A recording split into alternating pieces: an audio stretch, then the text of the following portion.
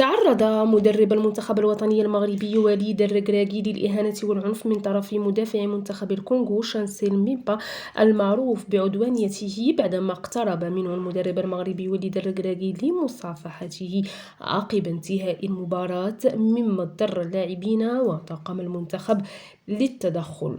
وقد استمر الأمر إلى الممرات المؤدية نحو مستودعي الملابس حسب شهود عيان.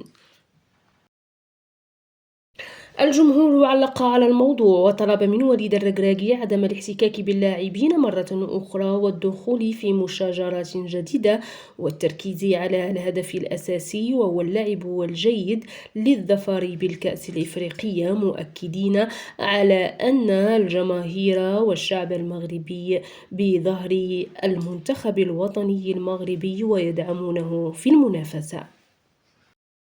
يذكر أن المنتخب المغربي لعب مقابلة صعبة بالنظر للتوقيت الذي أجريت فيه على الساعة 2، مما عرض اللاعبين للضغط والتعب خصوصا مع ارتفاع درجات الحرارة والرطوبة، وقد انتهت المقابلة بالتعادل بهدف لمثله.